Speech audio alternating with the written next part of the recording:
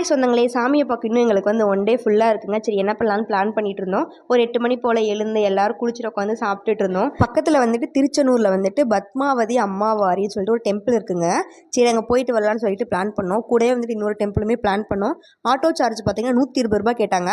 நாங்கள் வந்துட்டு எப்படியோ கம்மி பண்ணி பேசி 60 ருபீஸில் தாங்க போனோம். பஸ்ஸில் போனால் வெறும் 20 ருபீஸ் தாங்க. ஆனால் பஸ் நிற்கிற இடம் வந்து ரொம்ப தூரமாக இருந்துச்சு. அதனால சரி ஆட்டோலேயே போயிட்டோங்க.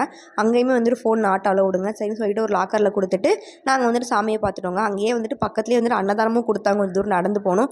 அங்கேயும் போய் அன்னதானம் சாப்பிட்டு திருப்பி செப்பல் போட வந்தால் பக்கத்துலேயே வந்து டவுன் பஸ் நின்றுச்சுங்க. கீழ் திருப்பதி போகும். நம்ம கீழ் திருப்பதி போயிட்டு தான் திருப்பி வேறு பஸ் ஏறி மேல் திருப்பதி போக முடியுங்க.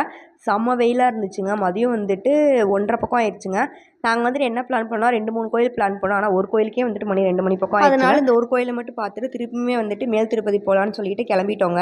ஏசி பஸ்ஸில் தாங்க போனோம். ரொம்ப வெயிலாக இருந்துச்சு. ஏசி பஸ்ஸில் போகலான்னு சொல்லிட்டு கிளம்பிட்டோம். அடுத்து வந்துட்டு நெக்ஸ்ட் மினி விளாக்ல ஷேர் பண்ணுறேங்க.